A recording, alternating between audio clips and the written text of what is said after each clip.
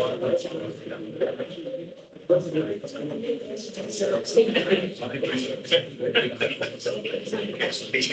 good evening, ladies and gentlemen. I hope you can all hear me. Welcome to this evening's meeting of the Local Plan Advisory Panel. I should just make this clear that our role as an advisory panel is we're not making any decisions about the local plan tonight or at our meeting on the 19th, which is our next meeting. Those decisions will need to be made by the Cabinet of the Council, which meets on the 2nd of March. And then they will make recommendations for the full council, which is all councillors, and that meets on the 16th of March. So they are the key critical meetings at which we have to make decisions. The role of the advisory panel is to oversee the work of the officers on the local plan, to receive information and basically, as I say, to have oversight and oversee the process. So just wanted to make that clear, because a lot of people here tonight with an interest in the local plan. We're not a decision-making body. Right, I'll have to ask someone to turn the amplifier up. Can you do that?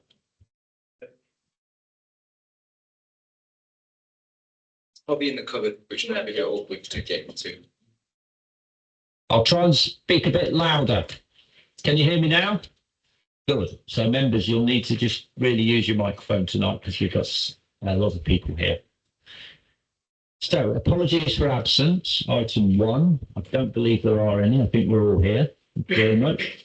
Declaration of members' interests. Anybody need to declare any interest? No. Thank you. Chair. Sorry. Yep. Just a standard one, member of the council, just to declare that from. Yeah, we don't believe it's pecuniary. No, it's not. Okay, well, okay. Thank you. I'll do the same. Councillor Page, you wish to do the same? Yeah, okay. Draft minutes of the local plan advisory panel on the 21st of January 2026. You all got a copy of the minutes? Someone like to propose those? Councillor Borrell, thank you. And the seconder for that? Yep, thank you. Councillor Page, all those in favour? Anyone against? Thank you. So that takes us to item 4 then, which is the public business of the meeting.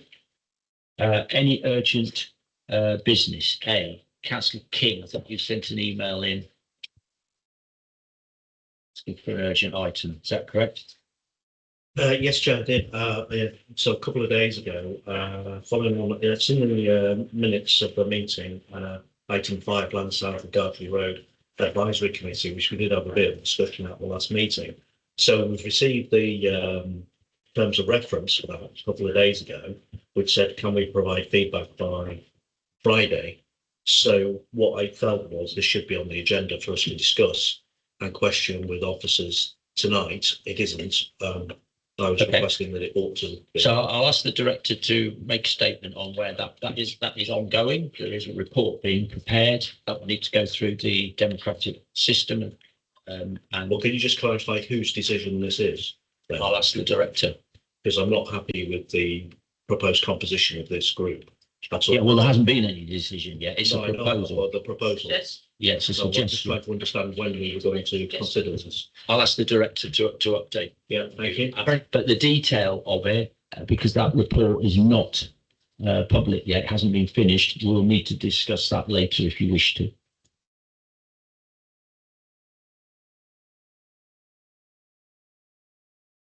Right, okay.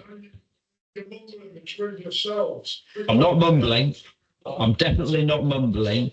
Yeah, we have an amplification system. Do we have any technical staff here that can adjust it? We've just had a look in the cupboard. It's as loud as it goes, I'm afraid. So I think it's a case of everyone projecting. Loud. Okay. Right. So, Councillor King, do you just want to repeat what you're saying, because the gentleman is not here? I'll try and raise my voice. Apologies. So at the last meeting, you brought forward an item called Land South of Gartrey Road Joint Advisory Group, a proposal to set one up. And a couple of days ago, members of this group were sent a paper making a suggestion of how this group should be composed, saying, please provide feedback by the 17th of February. So I have requested that this is put on the agenda in the public session so we can discuss this openly and also ask officers in the open about how this is going to work, not in exempt, because I don't see why it should be in exempt. And obviously there's a lot of people here this evening, and I'm fairly sure quite a lot of them are probably interested in the what they would know as Stretton Hall, Great Glen, not land south of Gartree Road. But let's not split hairs about that. So I'm concerned about the composition of this group, given that most of the impacts are going to be in the Harbour District.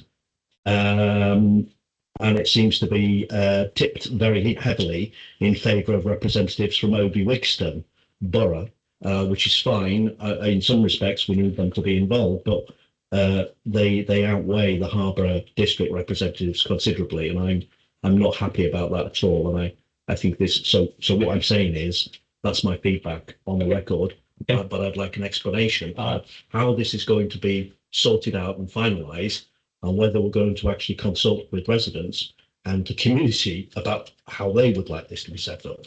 Okay, I'll ask the director to update where we are with it. Thank you, Councillor Gotton. So the last panel meeting, you're quite right, we had a conversation about this, Councillor King, and our colleagues in the Democratic Services section have been pulling together a cabinet report. So there's a cabinet report being under preparation, which is, as at the moment, not yet published. So that's why the Democratic Services section have sought input from the panel members electronically. So that cabinet report can be finalised in the next few days and put on the agenda for cabinet. So in terms of the answer to the question of Councillor King, who makes the decision, it will be the cabinet, as I understand it, in the constitution, that will make that decision on the establishment of an advisory committee, panel, working group, whatever we end up calling it. So it'll be a cabinet decision, Councillor Dalton. Okay, Thank you. so that answers your question. If I may, Chair, just come back on that. So let's just go with this. So if we are here to advise the cabinet, which we are, then we need a copy of the report so we can actually advise the cabinet, because at the moment we're not advising them. You're just asking us for our views, not advising the cabinet on what their proposal is. So if we're not advising them, what are we actually providing? Because at the moment we've got a proposal which isn't in the public domain, and yet you're asking us to advise the cabinet, because this is the nature of this panel. It's a cabinet advisory group. So if we're not advising them about it formally, how can they take our views on board? Just me feeding back on an email is, to my view, not acceptable, and it's not in the public domain. We need to get wider views than just what 6-7 of us from this group think. That is my view, Chair, and I think it should. Okay, I hear what you're saying. Public agenda. I'll It's not going to be on tonight. It needs to be put on next week. well, that's what I was going to suggest. No, great, thank you. We've got another meeting on the 19th. I'll talk to the officers about why we can't have that in draft form, that we can then give advice on to the cabinet in that role. It's not, but to be clear, it's not finished yet. That's the point. Okay. Thank you. Right. I've got 2 other items that I've accepted as urgent business: an overview of the local plan timetables and an updating and positioning statement from the director on the planning situation overall. So the first item then is an overview of the local plan timetable, and I'm going to ask Tess Nelson, Head of Service, to present that. Thank you, Chair. Can I just double check whether people at the back can hear? At least I heard that. How about that?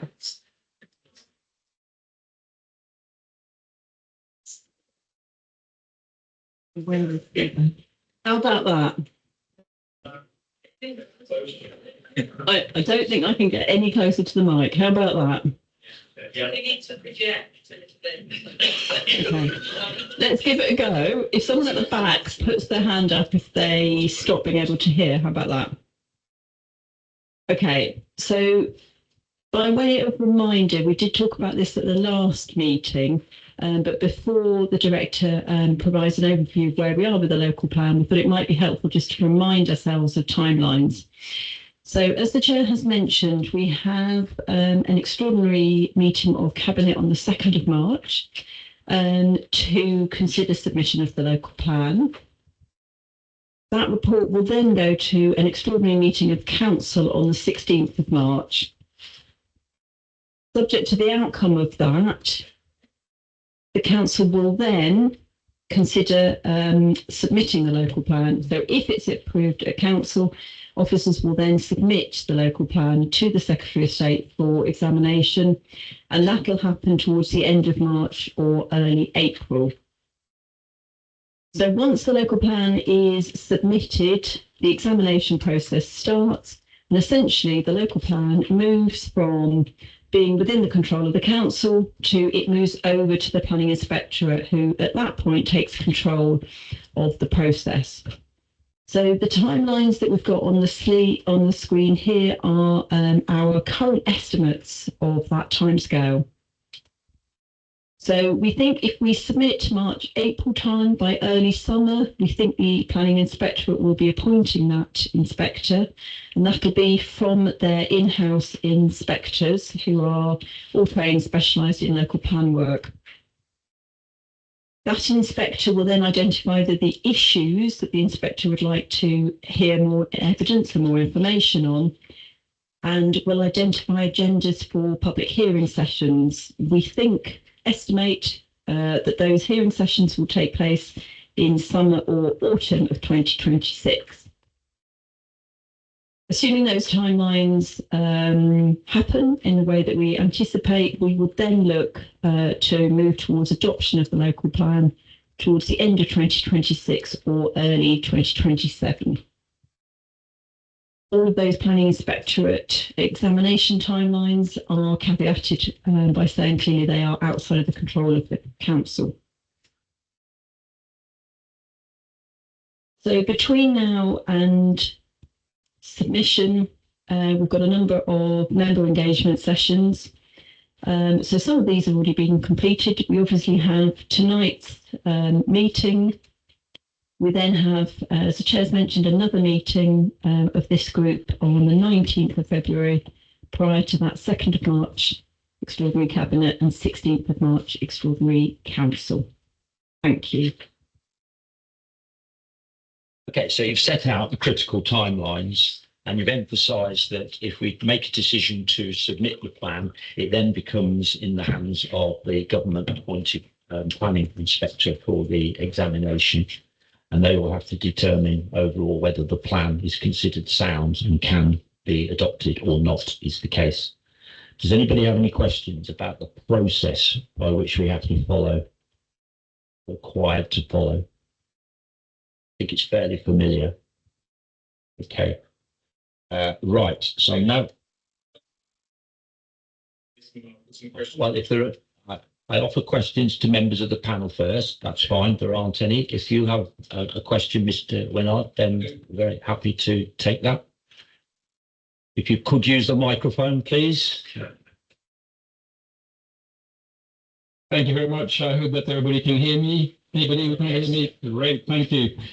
So I think the question really at hand is this timetable really realistic in your views?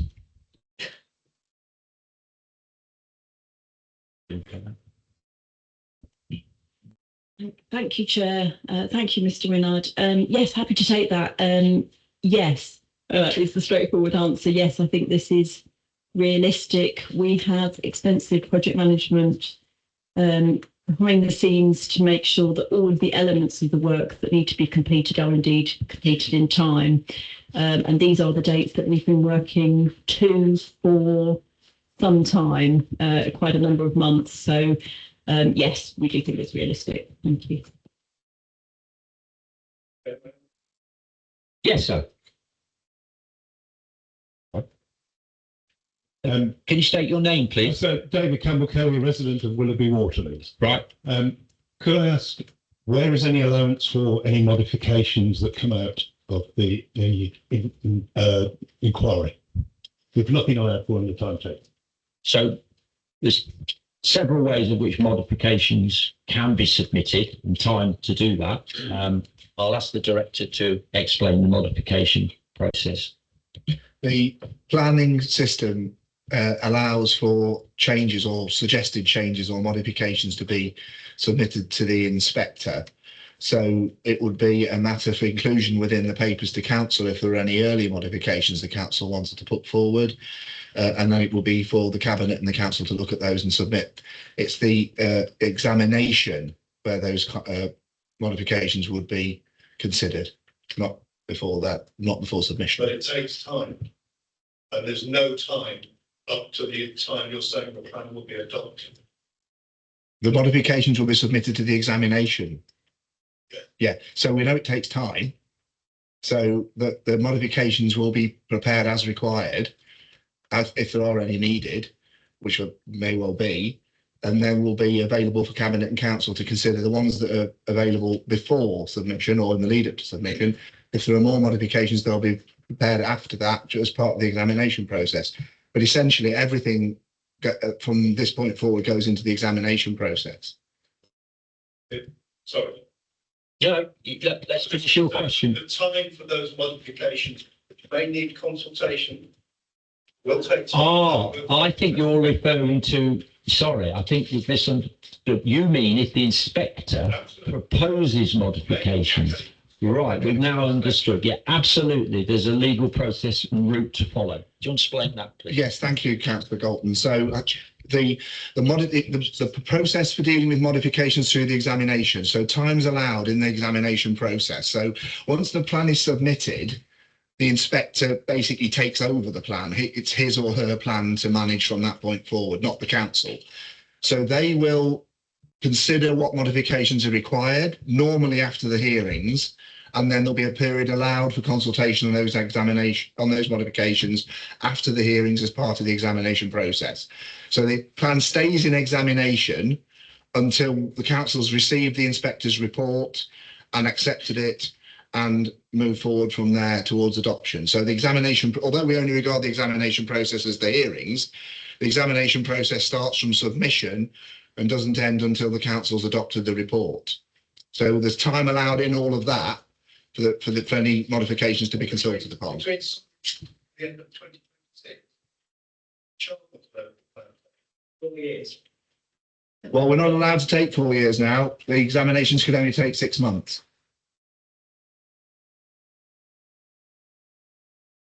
Right. Mr. Winnold, I'll give you one more question.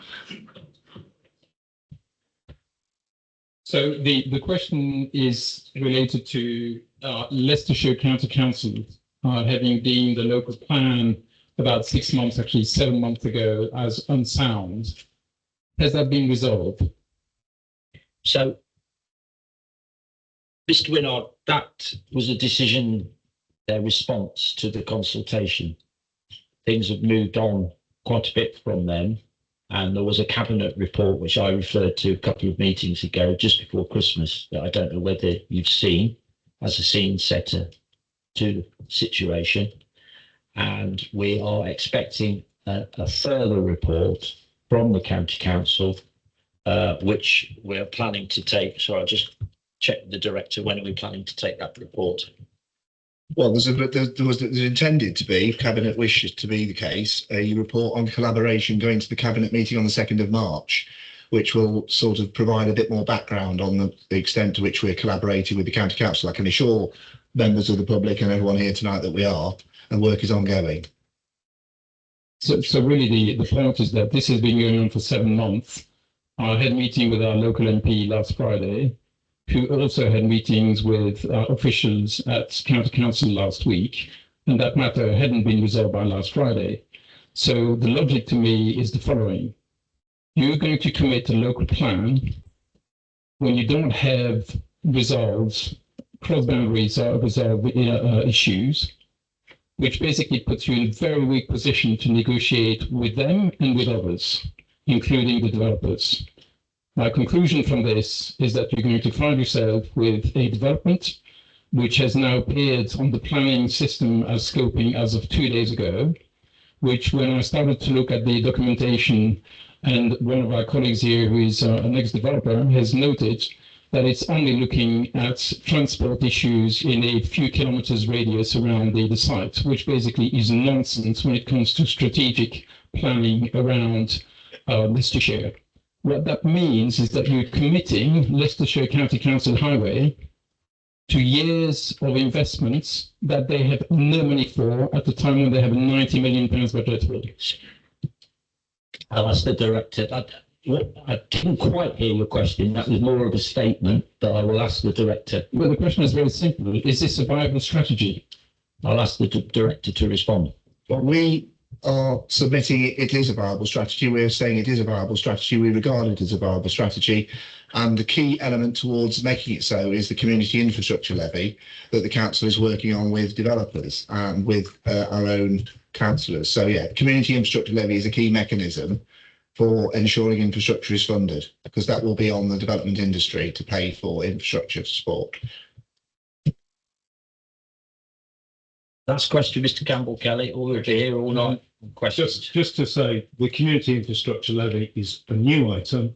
The viability assessment that was with the local plan to support the draft allocation of Scartree Road had no allowance for community infrastructure levy and was marginal even before any inclusion for SIL.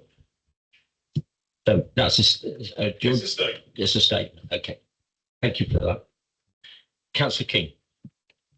Yeah, thank you, Chairman. So just to pick up what's just been said a little bit, so a couple of viewpoints. So I'll just declare I was present at a meeting with the senior officers from the County Council last Friday also, and they also, so I can verify what Dr. Winnard's just said, that County Council senior officers said that no agreement has yet been reached with Harborough as to how the plan. I am using the microphone. I'm sorry, the equipment of the council is not fit for purpose, but that's not my decision. But anyway, what I was just going to say, I'll try again. Basically, I was present at this meeting as the County Council of Gartree, and the County Council officials said that no agreement's yet been reached with Harbour District Council on the sticking points, as they call it, as we perhaps call it, and the director of planning at the last meeting in the public session did say, David did say, that it is possible that we may have to make modifications to satisfy the county council to get their support to take the local plan forward, but we haven't got any clarity on that yet. Not really sure what you've said is going to deal with, how that's going to deal with that. So we need a bit more information, I think, meat on the bones of that.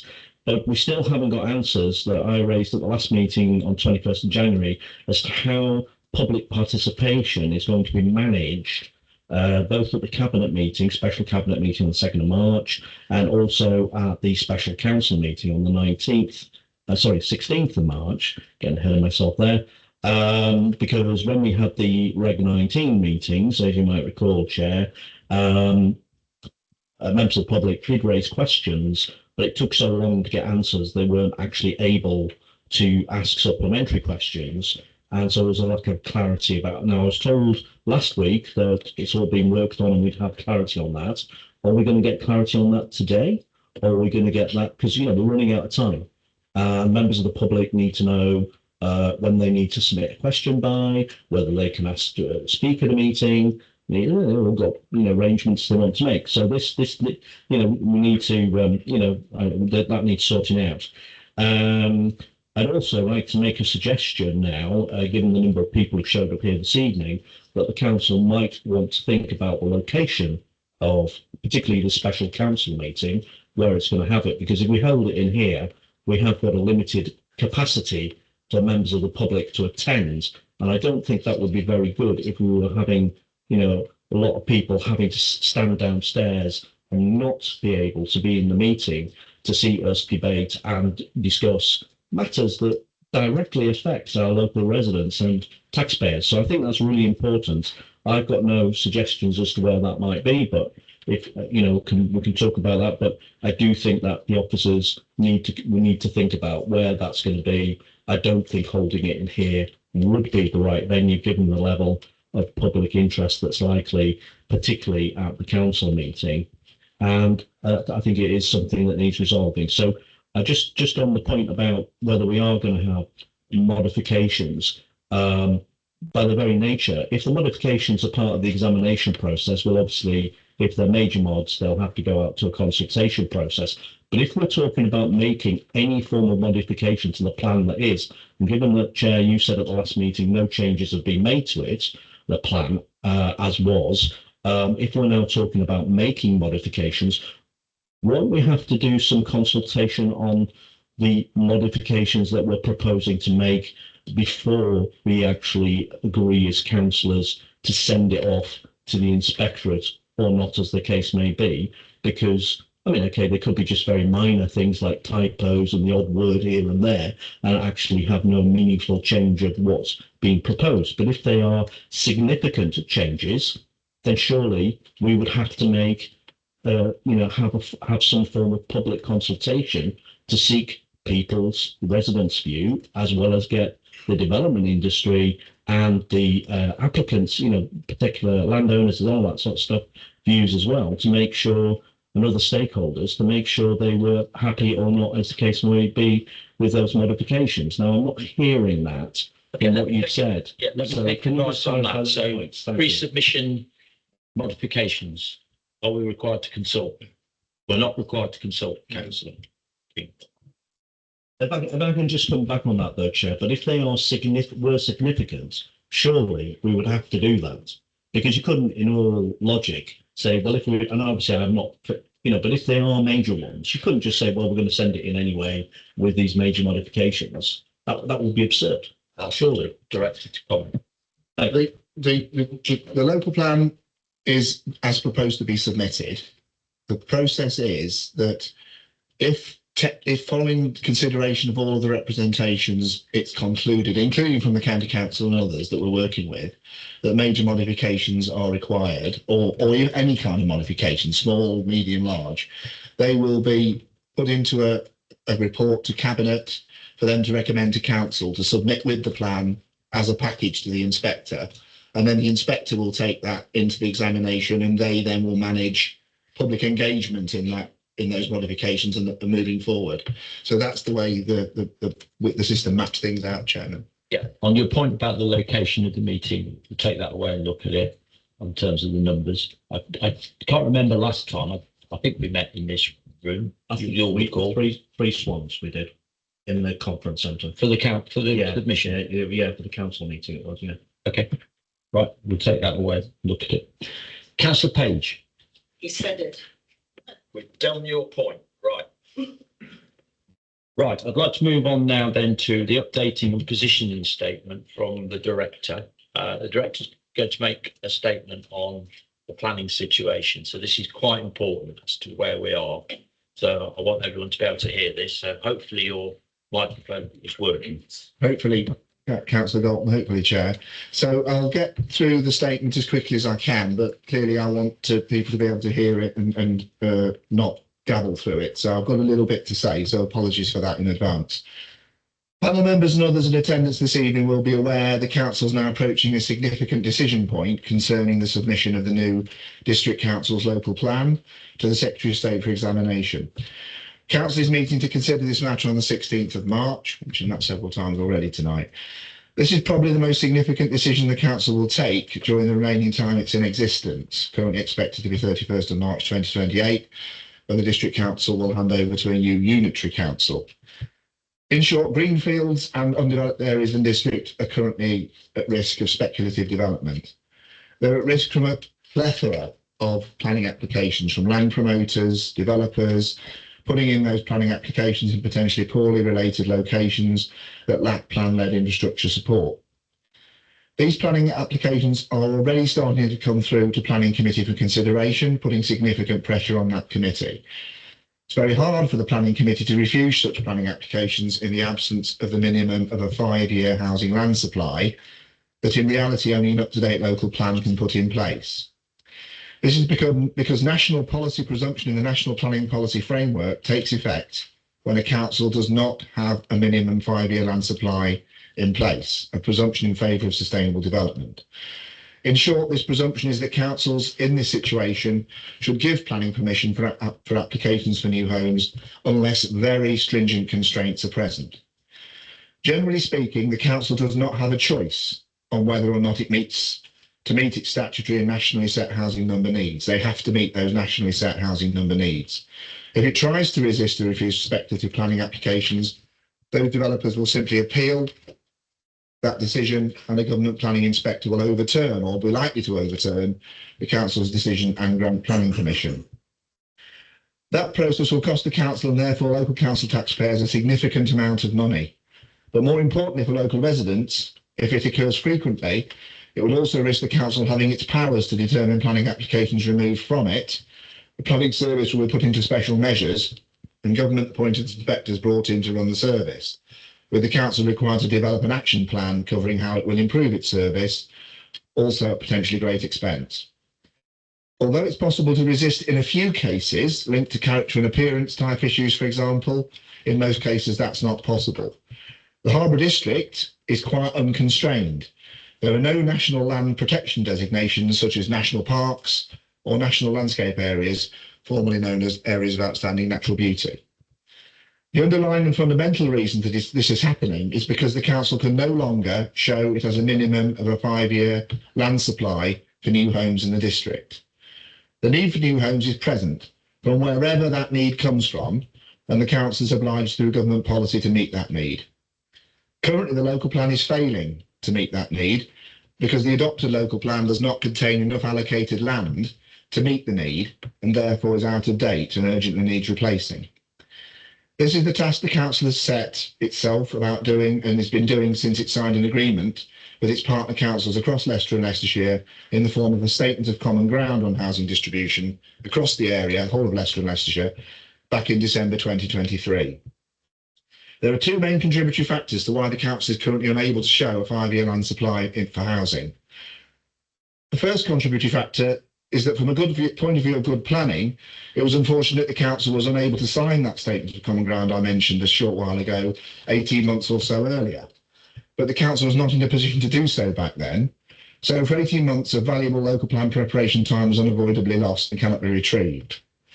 The preparation of the local plan could not commence until that statement of common ground had been signed, which, as I mentioned, the council did in December 2023.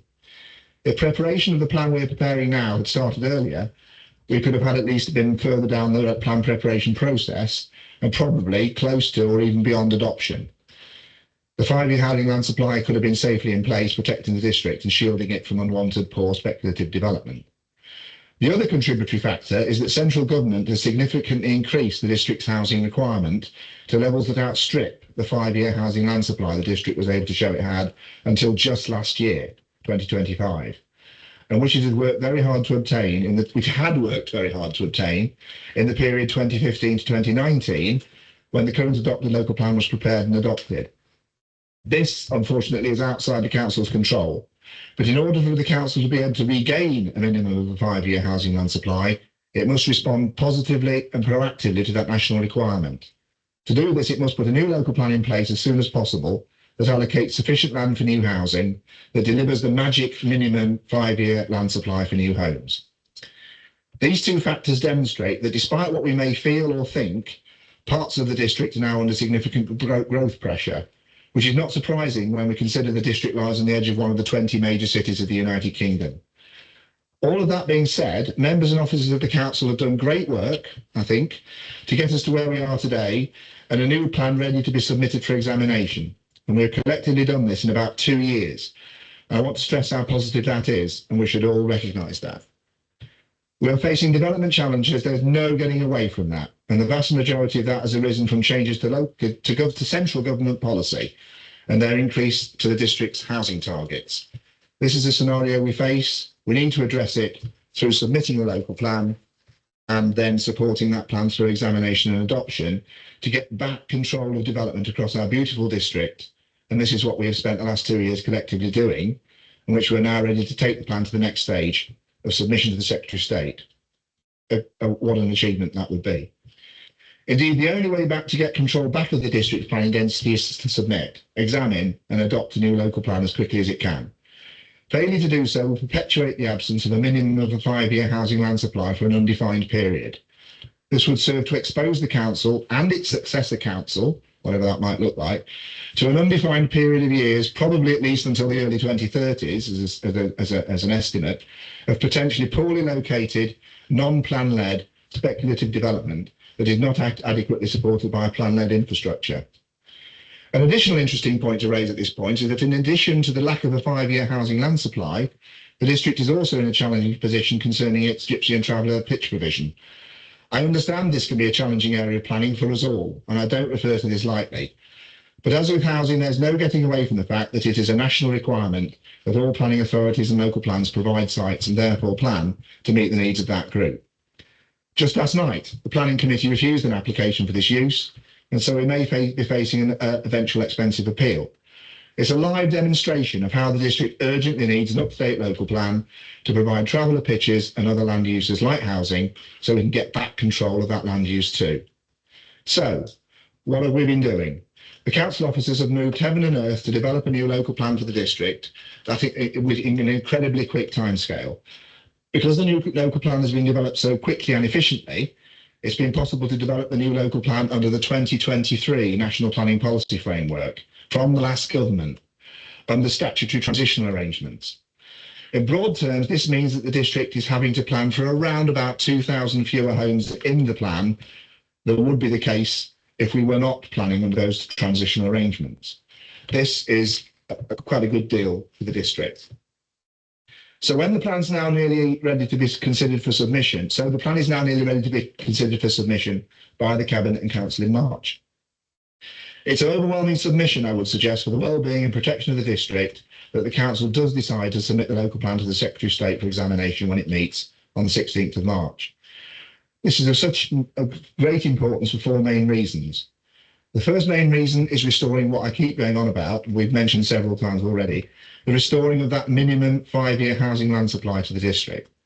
After the examination and the Council's consideration of the Inspector's report, the adoption of the local plan will restore a minimum of a 5-year land supply of new homes instantly, overnight, the moment that decision is made on adoption.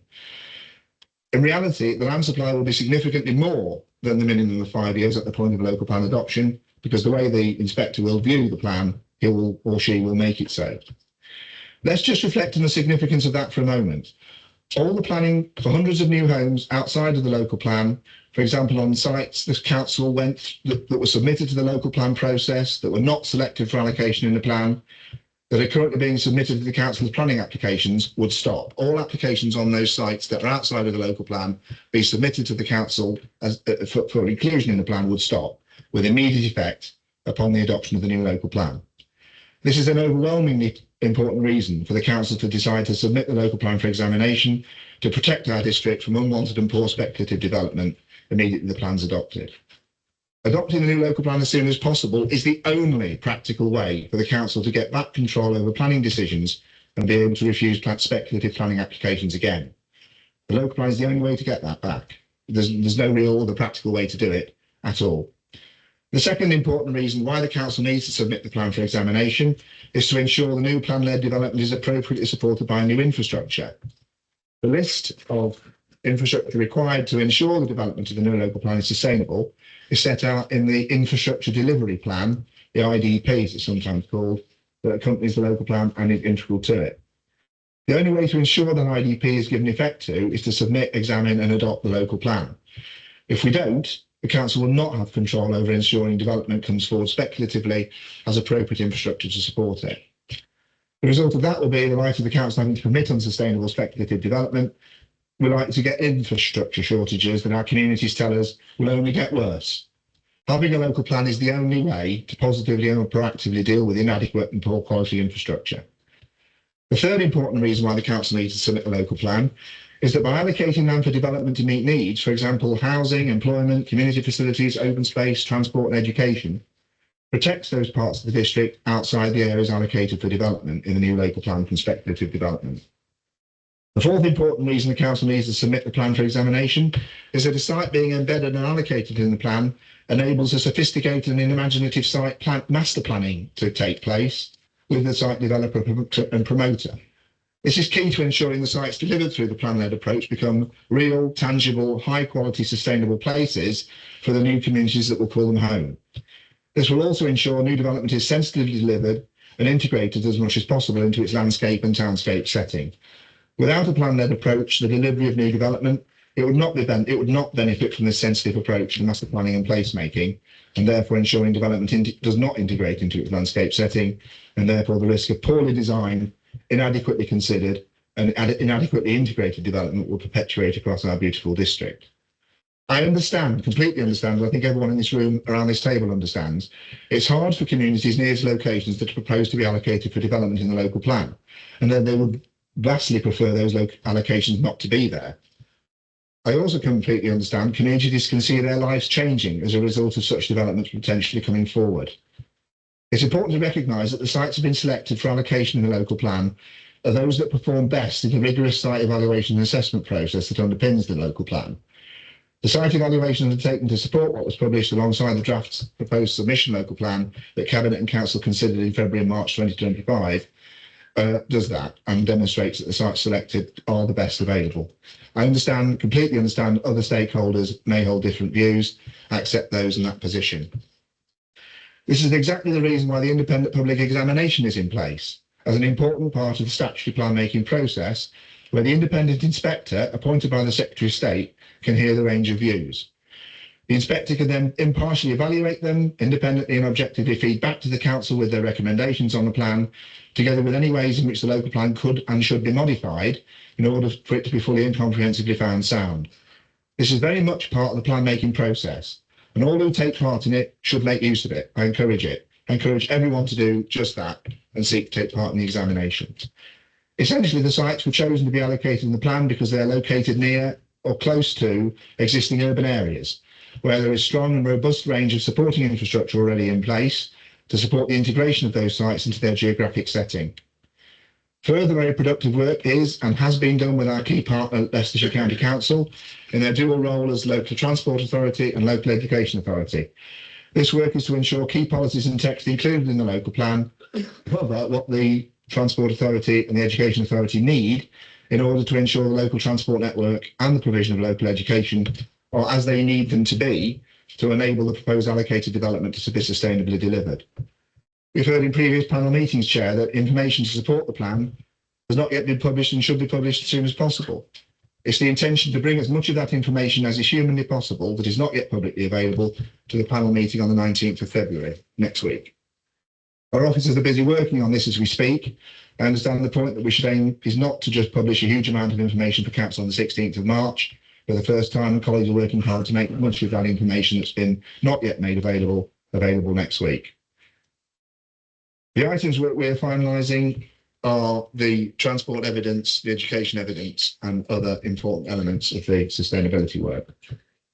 So to conclude, the only way the council to regain control of planning decisions is for the council to submit the local plan for examination. Any other outcome and the district would be condemned to ongoing risk of poorly located, badly designed, piecemeal speculative development that's not well supported by infrastructure. This would mean different types of poor quality infrastructure that our communities tell us are only getting worse for an undefined period of years. That infrastructure will get worse for many years to come. Anecdotally, it's also important to note central government will have a much stronger hand in the delivery of that new planning system, with less decision making on autonomy for plan preparation on local councils. It's important to reflect what members and residents can do moving forward to support and enable the remaining process of the local plan. They can review and think about the local plan and the background documents. All of the documents that supported the proposed submission local plan are published online on the council's website. So there's a lot of material to review available now. I understand the points being made, there's still information being finalised, and the team are working on that and bringing that forward in the coming days. I understand it's not ideal, but would say I can assure you that we're getting this material as ready as quickly as possible. I'm sure we'll all agree it's important to ensure the material is complete and accurate before it's published. That's why the work is ongoing as we speak. It's also worth noting that we're not producing all of the information we are in an attempt to confuse members of the community.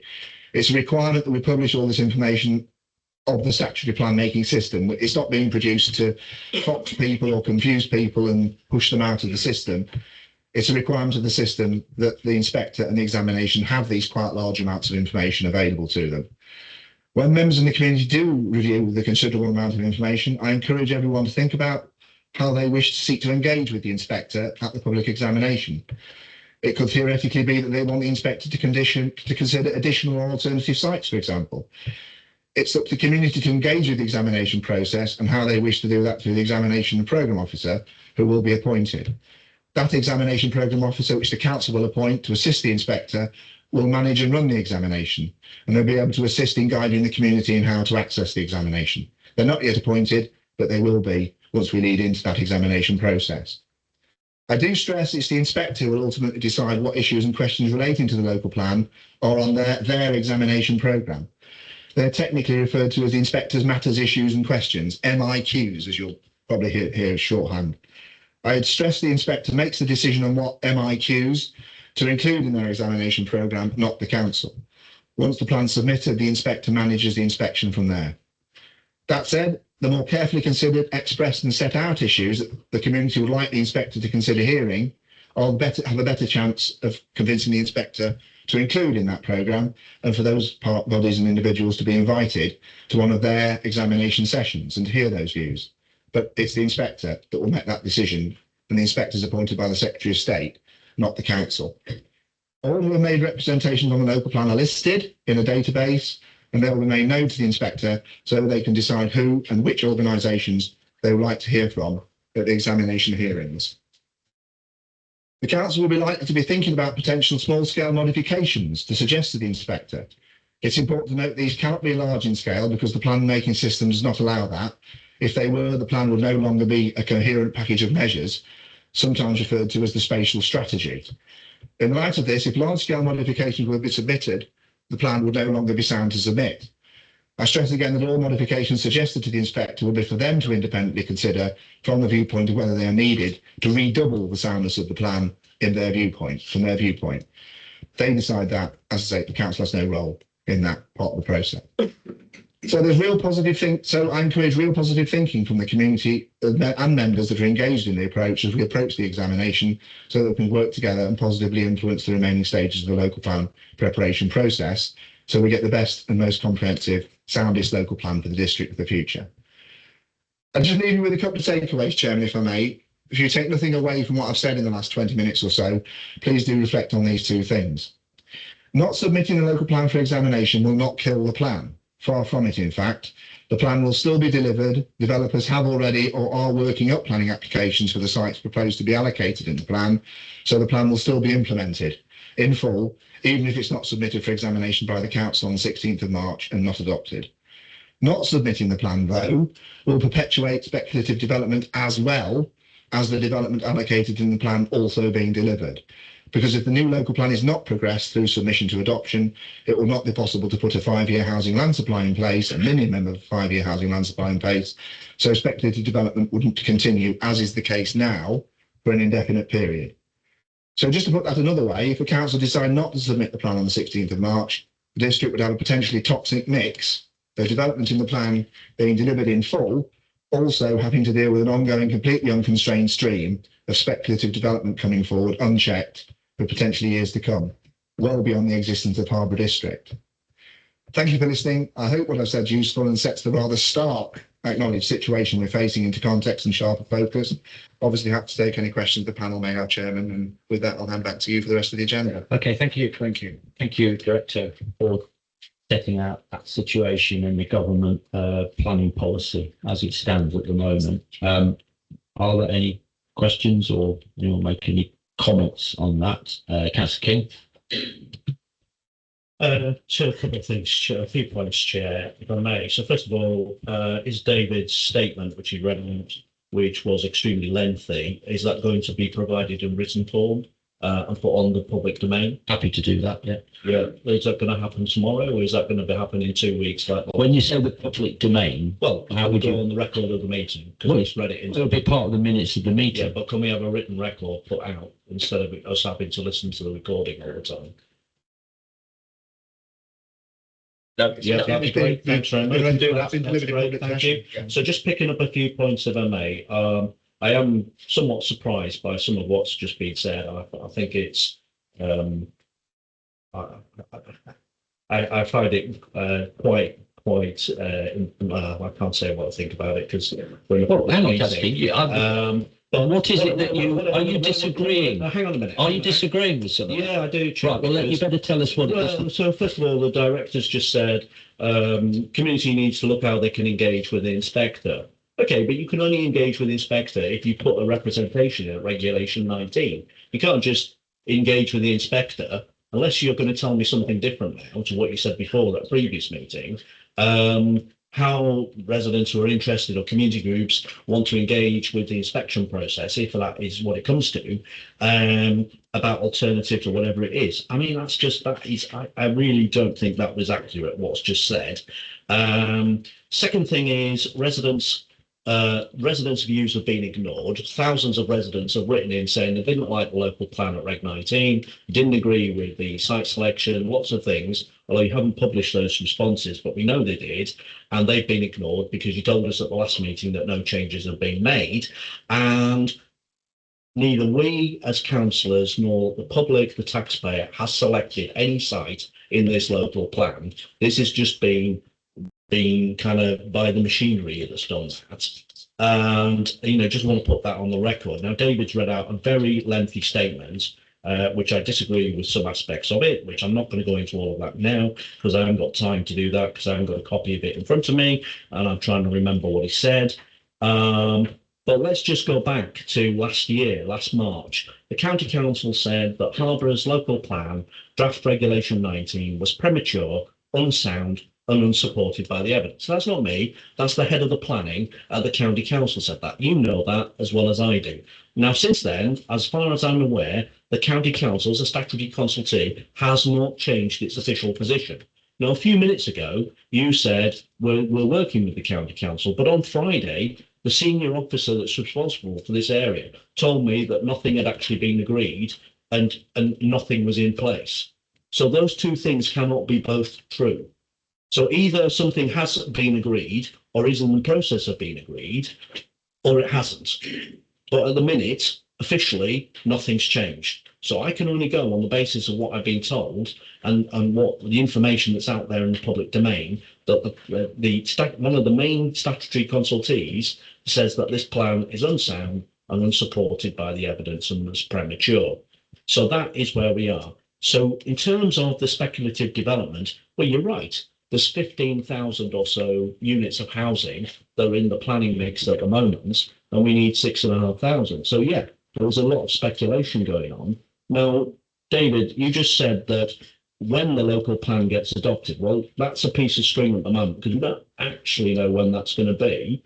And there are all the applications, virtually all the draft local plan sites are in and live planning applications before we've actually adopted or even sent the plan off for submission. So it is possible that some of those sites will get approval before the local plan gets adopted. So what you just said and some of the speculative sites as well. So actually what you just said, that the speculative sites will be killed off by the adoption of the local plan, that's not entirely accurate, because it could be that some of those sites actually get agreed to by the planning process before the local plan either gets inspected or gets adopted by the council, because none of us know what will happen once it gets sent off to the inspector. As you keep saying, it's out of our hands then, which it is. So it could be, and it will be, possibly likely to be sometime in 2027 before it gets adopted.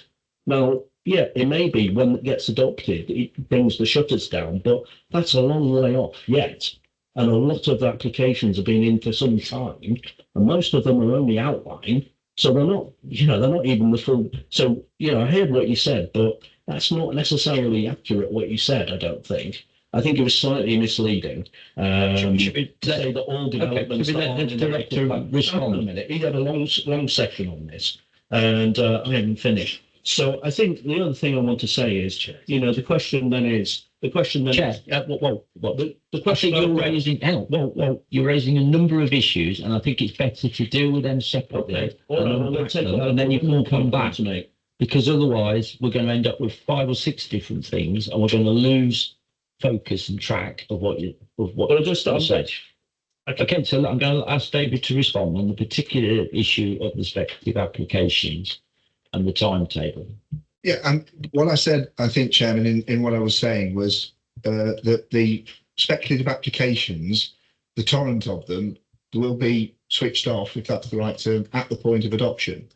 So it's absolutely true to say the council's in a position now that it hasn't got a 5-year land supply, so it can't stop the speculative applications at the moment and won't be able to until adoption. So at the point of adoption, I think I said that that's when they'll be switched. That's when we can stop or not permit any more speculative development applications.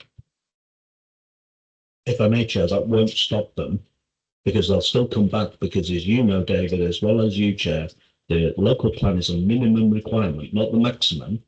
And so therefore it is entirely possible the speculative applications will continue for some time, especially if they're in the system. Nobody's going to just switch their application off. That's what you actually said. You said applications will be switched off. And now my understanding was you meant the live applications could switch off. You're now talking about the speculative process. And it may well diminish it, but it won't stop it completely. Once the 5-year land supply is established by the authority, we've experienced this before in April 2019. What I'm saying is, once that plan is adopted, developers are extremely unlikely then, I've said, I'm trying to keep the language simple, extremely unlikely to submit further applications for development that's outside the local plan at the point of adoption.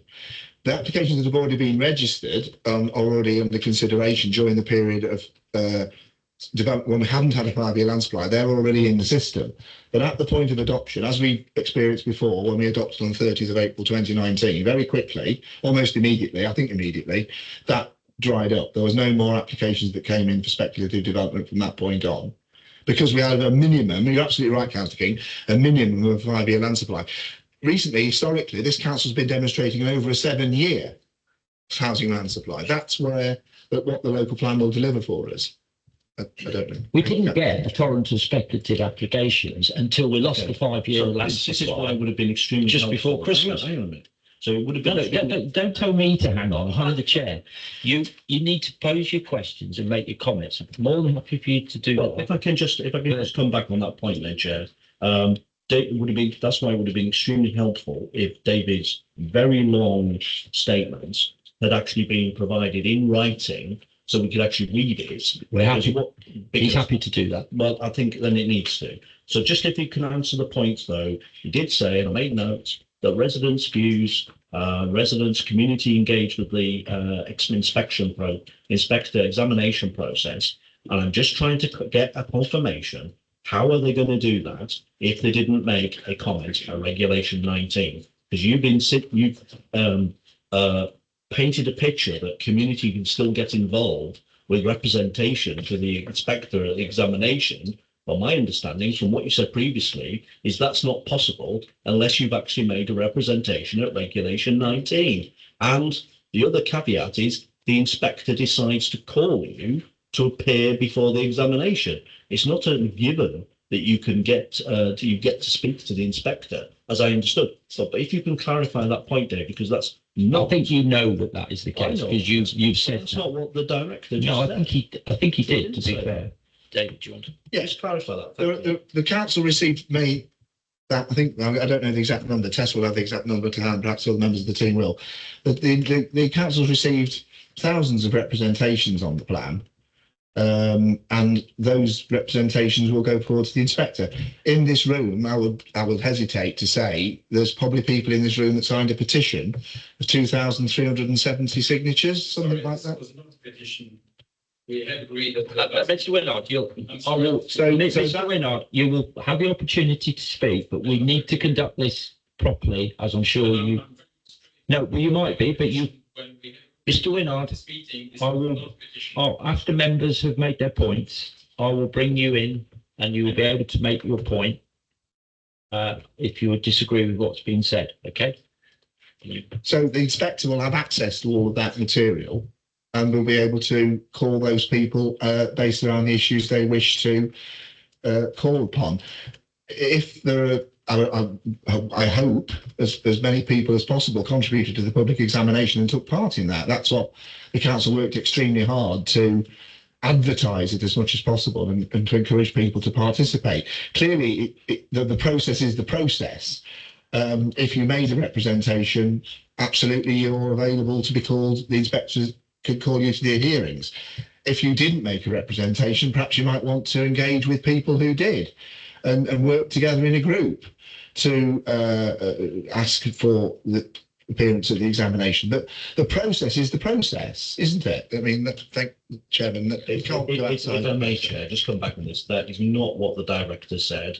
If you really want me to, I'm going to listen to the recording tomorrow and check this, but that is not what you said, David. You said encourage people to get involved and engage with the inspector. You didn't caveat it as you have now, and it's disingenuous, quite frankly, Chair. And I really am, not happy about the statement that's been read out. It's very lengthy, a lot of information in it. Really, it was inaccurate, some of it, because you cannot engage with that's your opinion. That's fact. You cannot engage. Councillor King, that is your opinion. The director has given with the examination unless you made a representation. Didn't say that. Councillor King, Thank the you. director has given a professional Thank you. statement, and which, as the director, he needs to do, because in the end, he is the chief advisor to the council on how we go forward. So if you don't want to take that advice and you want to ignore it and face the consequences, that's fine. But you do need to hear that advice, as you did consistently when you were the leader. You always took that advice. Okay, now, Councillor Page, you were next. Yes, thank you, Chair. The director said it was not his intention to confuse. Well, I'm confused, and I bet all the people are confused. So I think, I'm also looking forward to seeing that very lengthy statement in writing so I can go through it. But I am also very, very disappointed because it was also said communities will change. Yes, they will. Our lives will change. And that's why residents must speak up. And that's why residents want to speak up. And when we're going back to the consultation stages, my residents were very unhappy with the consultation. And I relate that to you. My parishes put in representations to Rec 19, and you keep mentioning to when Councillor King was leader. Yes, when Councillor King was leader, we saw all of the responses in 1919, and it had a little tick next to it, and it said, Parish Council said, and then it said, well, it was taken on board, why or not. We as members have not seen anything. Now, the director also said the local plan is as it's submitted. But then he said, small scale we can address, but if large scale modifications are made, it's not sound. And it worries me because if it needs some large scale modification, and if no agreement is going to be made with the county council, we could have that all of this will have to be reconsulted, and it worries me. I am not the professional at the other end, but one thing I do know that, for instance, if that happens, and going back to the point which you've clarified, that all application will stop, or a speculative application will stop at the point the local plan is submitted. But if it's not submitted, the speculative applications will continue, which worries me. Now, it also worries me that the infrastructure and that the money that will go with the SIL and the Section 106 might not be enough to pay for all of the infrastructure that is needed with all of these large-scale development that are going to hit us. And on my personal note, you've mentioned gypsy and traveller allocations. It's a big concern in some areas. My area is also concerned with the large spread of Magna Park that never seems to be ending. And the residents have spoken that they have got no input to feel that their comments have been taken on board because we haven't seen the Rec 19 submission and how they've been dealt with. So in conclusion, I also feel that all of the points that that residents feel that they haven't been heard, and when it comes to talking to the inspector, that is too late, and we really do need to look at how we can get some more comments. These might not be able to submit them at this late stage, but when we are talking and going back at the March, that residents can put forward their frustration and other comments that they can maybe be added or be heard. And I've got lots more to say, but I rest it with that. So my points are, can we do something where residents' views can be heard and they can ask questions and get answered at a stage, maybe for the March meetings or at the 19th? That's one. And can we see, at one point, can we see the Rec 19 submission so we know how they've worked? And I'd also like to know where we're at truthfully with the communication with the county council, because I was told we were supposed to receive a letter or something at a meeting. So, you know, do we actually know where we're at? Thank you. Yeah, that is on a later item on the agenda. That's been That's covered. fine. Okay, so on the particular issue of the Reg 19 consultation responses, which I think is what you're asking about, you mentioned the Reg 19 document. That is out there, isn't it? Anyone can go and read that if they wish to. You're talking about the responses that were received during the statutory SIFRI consultation. The director will cover that. And I would also like to know what, or can we deal with that in a proper manner, how residents, because they come all this way, and I'm sure they would like to know that they get some idea how they can respond, how they can submit further questions, because, as I say, all of this will change our lives. And residents are frustrated. It's a motive. We might not be able to change government's views. I feel that this plan is very officers-led too, but at least residents need to have some vehicle to be heard. How can we deal with that? Can we deal with that so all of these people can go away with some hope?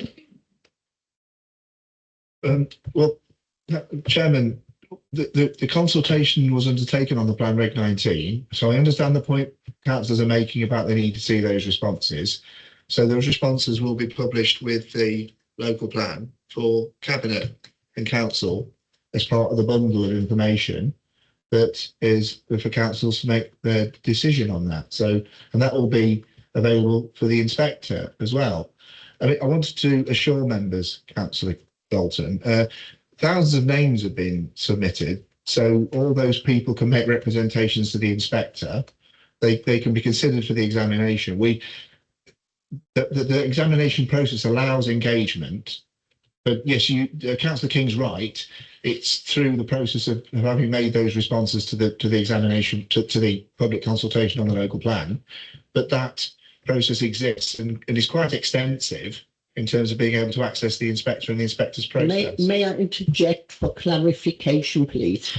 So through the REC processes, there were 1,000 responses to each questions, but there were only hundreds of residents who went through the door, not thousands.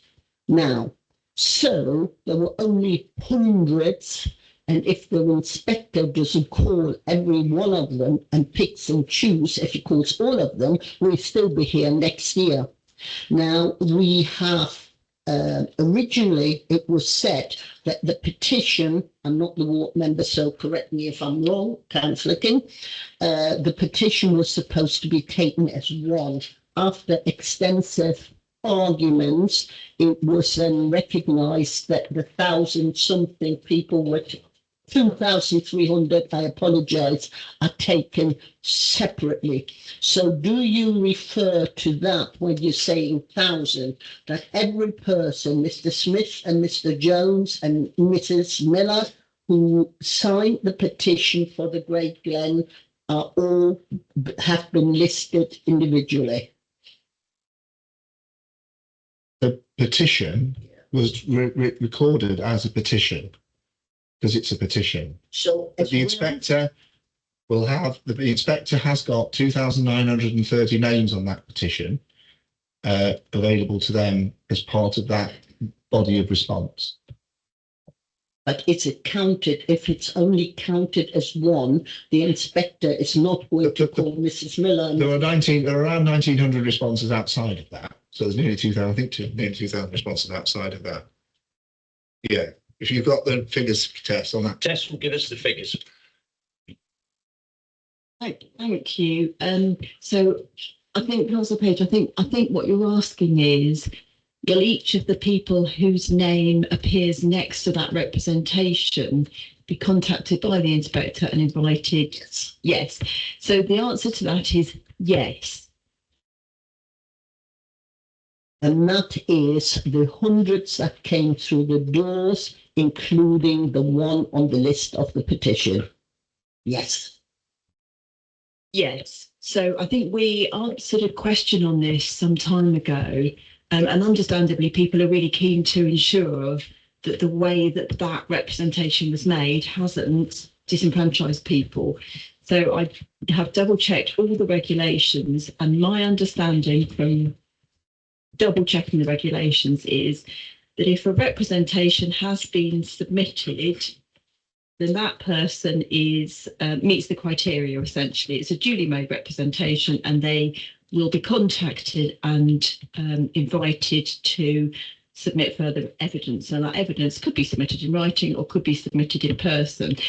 However, the inspector, as you say, will be running the hearing sessions, and I would be very surprised if the inspector wants to hear from 2,370 people individually. So I suspect what the inspector will do is to invite some coordination of that input. Thank you. And through you, Chairman, can I clarify one more point? That is the information that the individuals have provided. And that is all part of the record, as I understand it. However, if there is any new evidence, right, cannot be submitted prior. At what stage can that be submitted? Or say, for instance, I made a representation, right, and my representation may be X, but I bring a new representation, which is Y, which these residents might bring. What is the process they can follow in order to do so? Could you please clarify that as well? Thank you. Thank you, Jill. Thank you, Councillor Page. So essentially, it's the same process. So once the inspector is appointed, the inspector will then go through all of the bundle of information that we've submitted and identify the key issues for the examination. So those key issues are likely to be those which are generating a lot of debate and a lot of interest. So housing numbers will be one, I suspect, and individual proposed site allocations will be one, I suspect. The site you're referring to obviously is the largest site and is the site that has received the highest number of representations. So you would expect the inspector would be keen to understand more about that site. So it is highly likely to be one of the issues. So what the inspector through our programme officer will do is to set out the programme for those hearing sessions. So this is what David referred to as the MIQ. So it's the matters, the issues and the questions. Those essentially form an agenda for the hearing sessions. So what the inspector will do is to invite two things. One is to invite any written evidence in advance of the hearing sessions. And then secondly, is to invite people to present their case verbally in person at the hearing sessions. So if there is additional evidence that representatives want to bring forward, they can do that through the additional written representations. So it's generally written in terms of hearing statements. The inspector will identify the matters and the issues that the inspector wishes to hear about. Will identify a programme. So they might say, for example, the deadline is 3 weeks from now, please give me your evidence on this particular matter. Everybody that the inspector writes to will be then invited to submit that evidence, which the inspector will then take away and view. At the hearing session, it's likely to be a similar sort of setup to this. There'll be a table of a number of representatives chaired by the inspector, and the inspector will say, I've read everything that's been put before me. I'm interested in these 5 points. They'll turn to each person to make their further points. Thank you. Thank you. Through you, Chairman. That is, I'm very pleased, and that is part of the record for people who are wishing to listen to it later. I've asked 2 more questions, if you could please answer that. So what is Plan B if there are large-scale modifications needed? Because if we find out... Can I just stop you there? Because we've got confused on this before. There's modifications that the council may put forward, small scale, up to the submission, up to the examination. And then the inspector, having heard all the evidence, he or she himself may put forward modifications. Now, which are you referring to? Yes. So you just, David said, small scale modification can be made up to then, and you also said that it doesn't need a consultation. Yes. So that is. But then, if we need, as you've just reiterated, any large-scale modifications, the inspectors, wants, then what?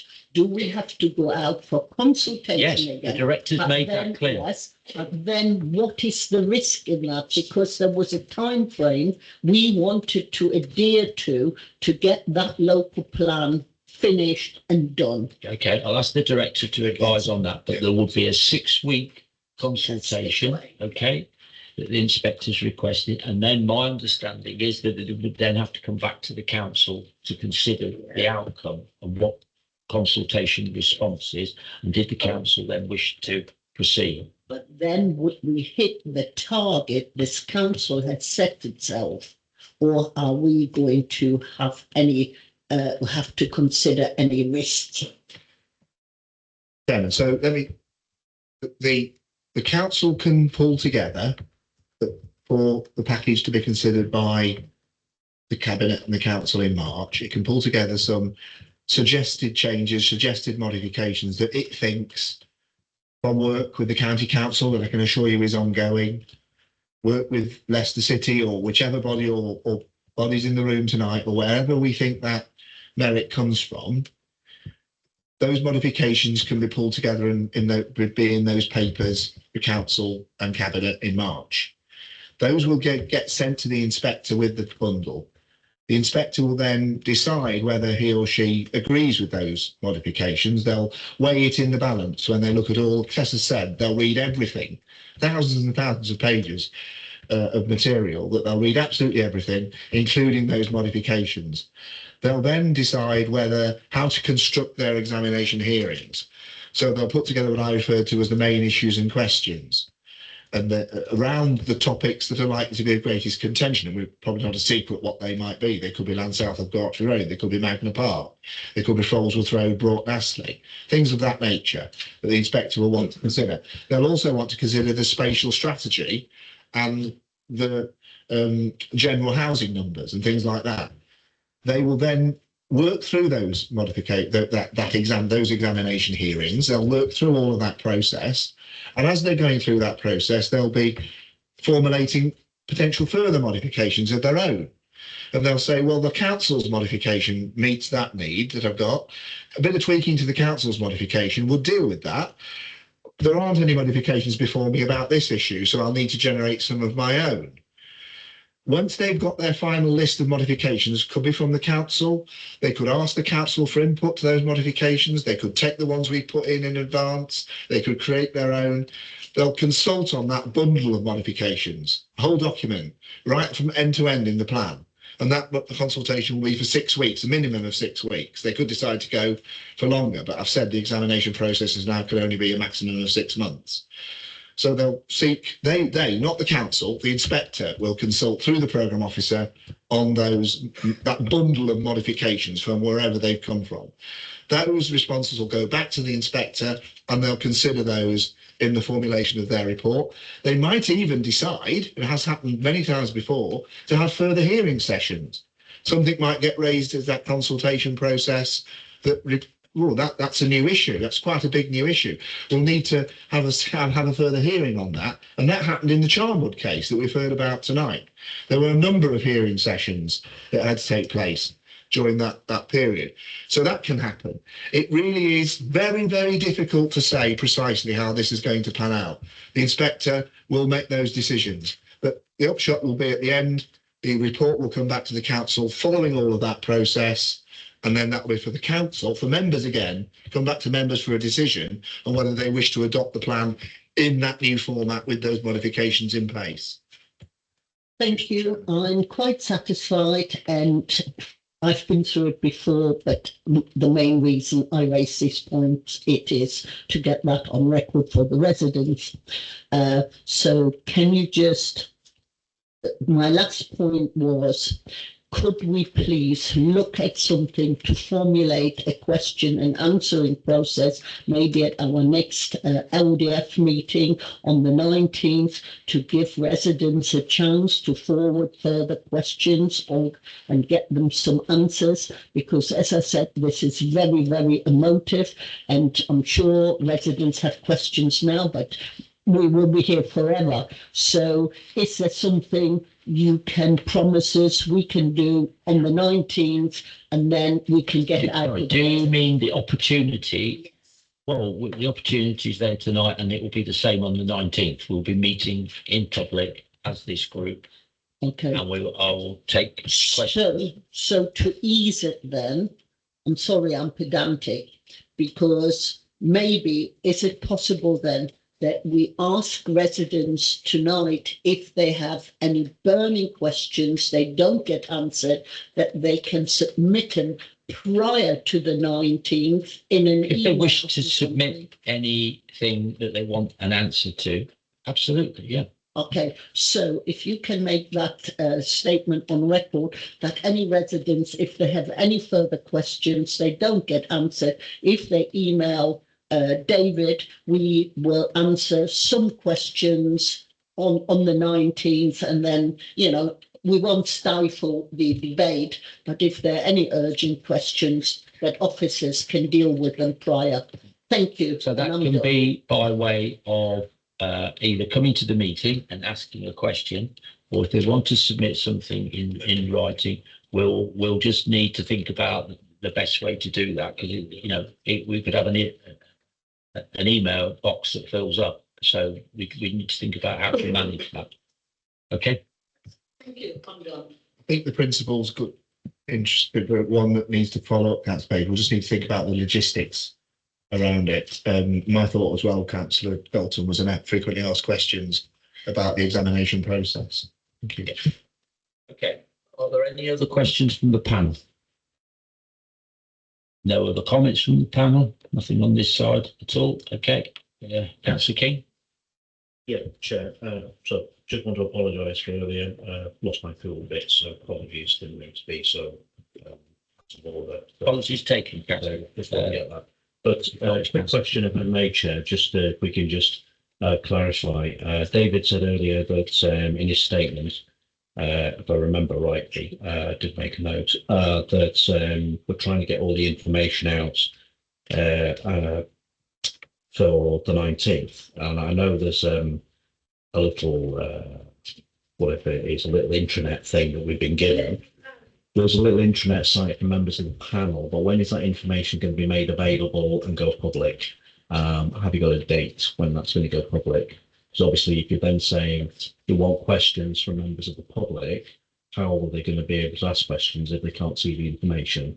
It's a bit of it's a circular thing, really. So all the background papers and the report, that will be published as is usual in advance of the cabinet meeting. And David said we're going to look at everything next week. We are, yes, as the So if the members of the public want to see that information, how are they going to get to see the information, which currently is only on a very look, Councillor small King, site? this goes to the heart of, you've questioned before, and I look back on the last local plan that we went into exempt session regularly. And in fact, I'm going to refer later, when we go into exempt session, I've had a request from a developer not to go into exempt session. Now, why would we have got that? Other than the developer, I don't know, I'm speculating now, who probably hasn't got what they want in this plan. I don't want to be sharing what I was asking. all the information with the asking. development industry Hang on. before we have to. Chair, I wasn't asking that, if I may, wasn't asking that. What I was asking is, David said the meeting on the 19th, the intention was the panel to consider all the documents which will go forward to the cabinet. Yep. Did I misunderstand that? The intention is to bring as much as possible, Right. which Okay.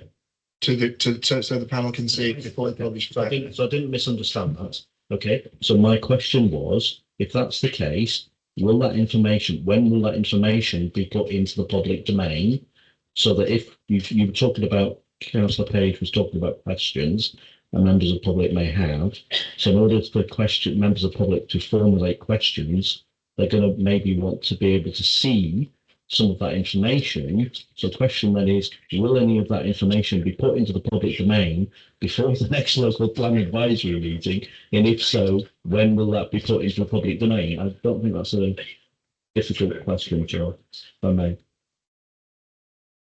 Transparency, isn't it? So I think the answer to your question is when the cabinet papers are published, that's when it'll all be out there in the public domain. Right, I've heard you. Rather than the 19th. Okay, thank you. Okay. Thank you. And it will be published in the normal way.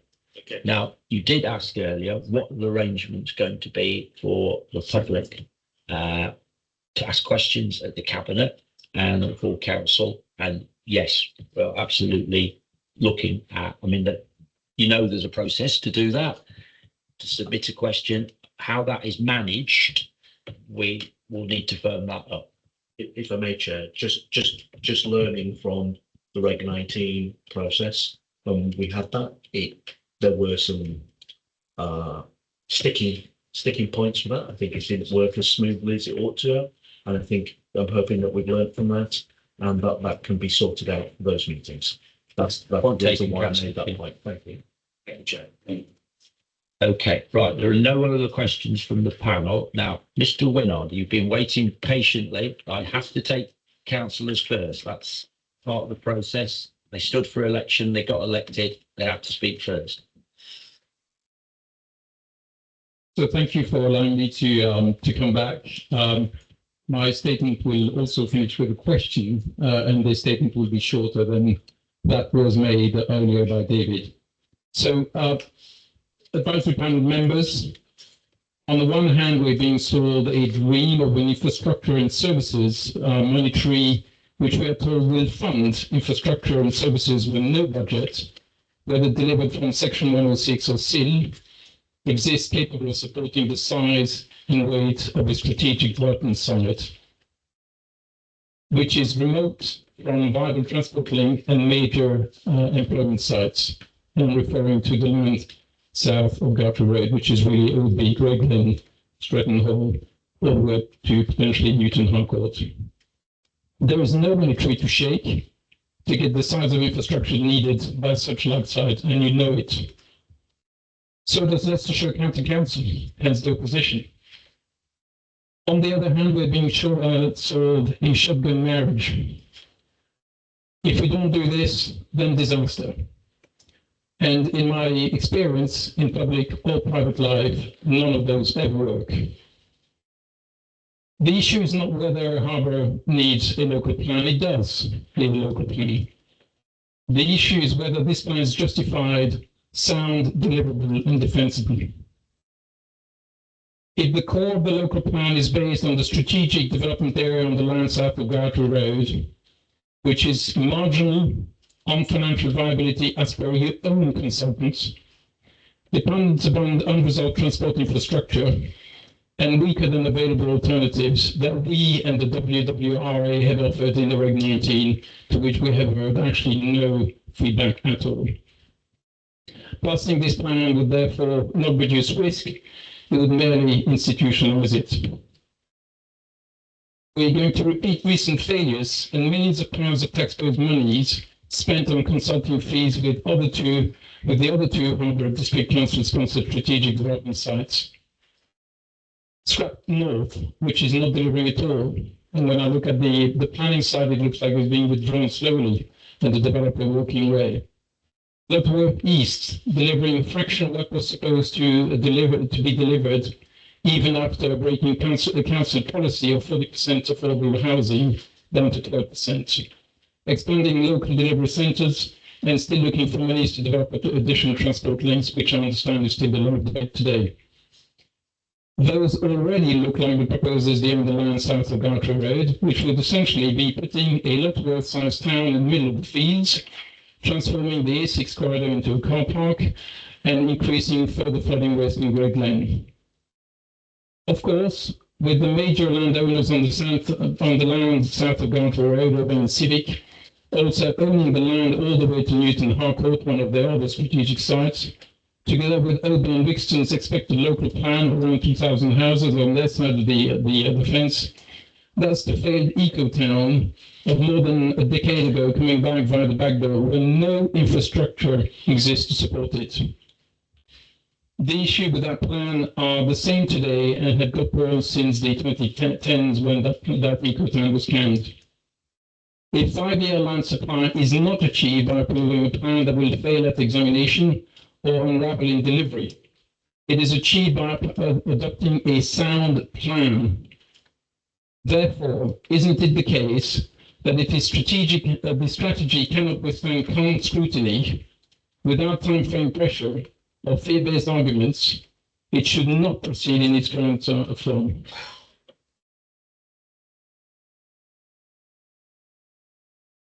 So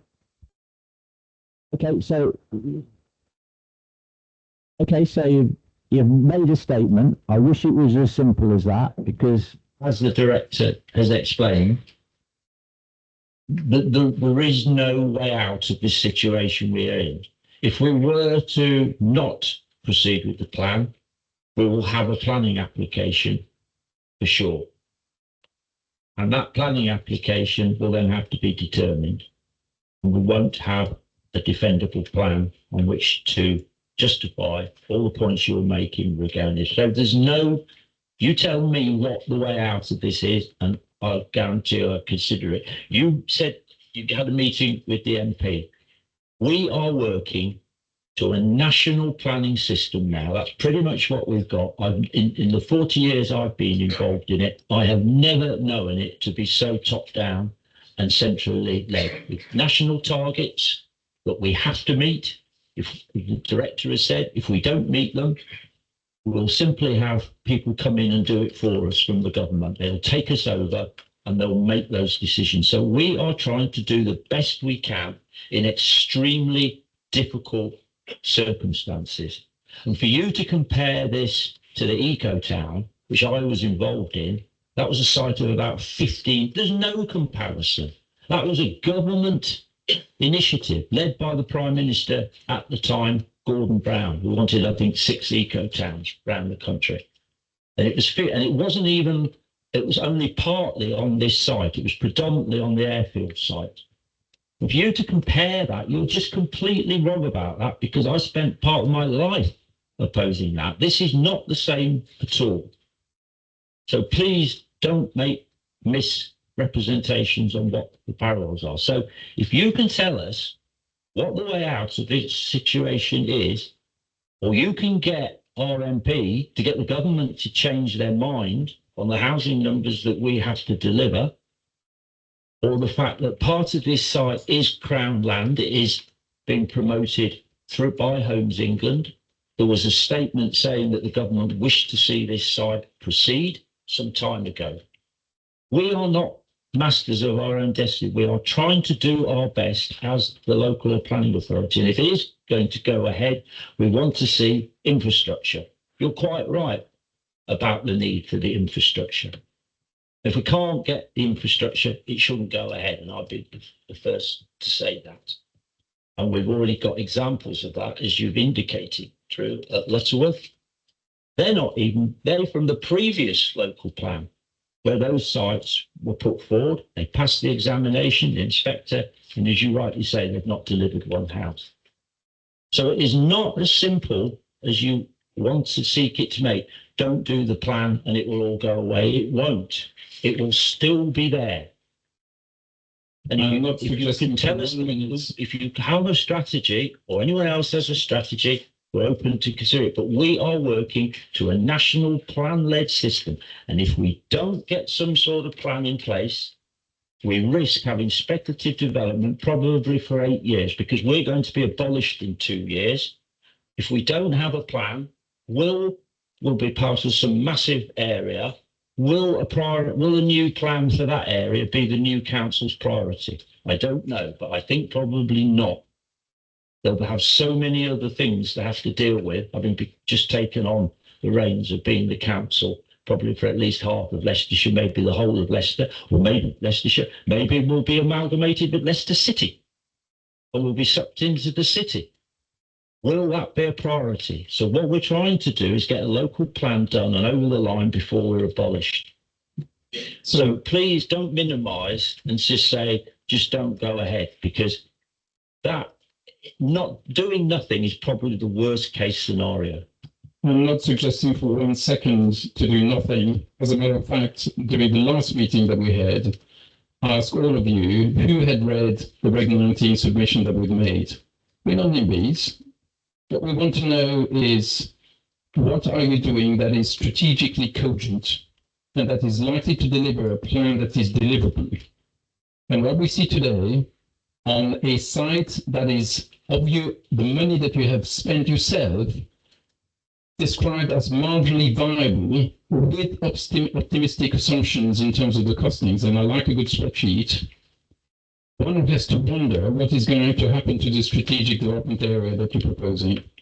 And in the Reg 19 submission that we made, we have actually submitted alternatives. What we're proposing is to start a new SDA when the 2 other SDAs that you have basically started have failed to deliver. And I don't know about you, but there's only so much that management can do. When you have a problem, you fix those problems before you open another wound. And that exactly is what you're proposing. So can I just come back to you on that, on those 2 sites? So the Lutterworth site remains in the plan, okay? And there is an assumption that it will deliver. It will deliver housing numbers during the life of the new local plan. An assumption. Yes, that's the best we can do. We're in the hands of the developer, whether they actually go and build the houses. It's a market-led system. We can sit here giving planning permission every night of the week. It's then up to the developer or the landowner whether they bring that site forward and when they bring it forward.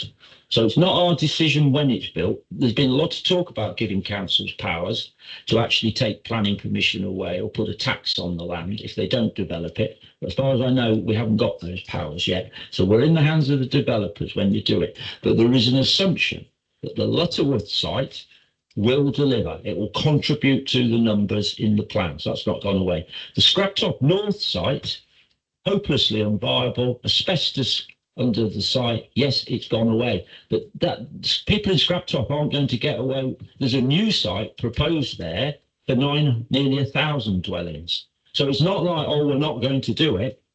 We've had to put another site into the draft local plan to replace the site that can't go ahead. So it's not like, well, that site died, so nothing's going to happen. We then have to go and find another way of delivery, because the underlying position is we have to deliver those numbers. Large sites do not work. Your own track record shows for it, and you should learn from the past and fix the issues that you've created for yourselves. And that's all there is to say. Well, I will just point you to that site up the road, Market Harborough. Remind us what that's going to deliver, David. I think from memory, Chairman, I think it's 15 or 1700. I'd have to check, but the Airfield Farm site, Wellington Place, 1,400. Thank you, Councillor Page. I couldn't remember the exact number. I ought to have it engraved on my memory, but it can be done. It can be done. I realise, you know, there are significant infrastructure requirements of large sites, but they are very much part of the toolkit we have available to us, and the government encourage those to come forward. This is a government site, of course, in terms of land south of Gartry Road. Thanks. You just have to look at the difference in terms of infrastructure. You have railway links here, you have employment, you have the A6 with a dual carriageway, you can get over to the A14. Where you're planning to develop these sites on the land south of Gartry Road, there is the A6, which going into OB is a traffic jam, and going to Kibworth is a traffic jam. The rest of the roads are roads which I regularly cycle on and are really dangerous because they're very narrow, and frankly, they are rural roads. And employment is where? Lutterworth, Central Leicester, where else? Yeah, absolutely. And this, what we're doing here now, we're almost role playing the hearings of the examination. So this is exactly the kind of debate the inspector will be hearing if this is a site that they want to debate and consider in the examinations. So ultimately, if the council submit the plan, it'll be for the inspector to hear all these points and decide whether or not the site is sound. Thank you, Mr. Brown. Right, are there any other points? Right, okay, I'll take a question from another member of the public. I think it's a mention issue now that test is confirmed, that to be confirmed, that each of the 2,370 individuals can come forward. Of course, the plan inspector. That's individuals. Yes. Yes. And that's been noted, has it? Yes. And it was actually noted some meetings ago. Right, I'm going to take one more question, and I do need to move on because it's 8:30. We've got quite a bit of business. Yes, it's a question regarding the. Could you state your name, please? Oh, yes, it's John Marriott from Hello, John. TPRE. It's to do with the infrastructure schedule. Can I take it that the document that was produced by Arup in March last year is the infrastructure schedule in the plan? I'll ask the head of service to answer your question. Yes, indeed. Okay. Looking at that infrastructure schedule with regard to transport, there was a whole column full of schemes, not schemes, no, just words basically, where it says the anticipated cost, and it says subject to scope and scale. So there's just a whole load of things that might happen with no price attached to them whatsoever. And then when you go further down the list, there's a whole load of schemes that have appeared with some numbers against them, which look highly, well, I don't know what the basis for deciding on those schemes was, and whether there's been any discussion or changes to that list as a result of discussions with the county council. So what I do know is that the Charlton local plan, the infrastructure schedule was withdrawn on the second day of the examination and replaced with something else. And that was one of the reasons why it got delayed and why it ended up going for SIL. So and the other question that I've got then is, where are you on SIL, and how are you going to demonstrate to the inspector that you've got a coherent SIL process in place? Actively working on SIL, but I'll ask the head of service to tell you where we are. Thank you, Chair. Thank you. Thank you for the question.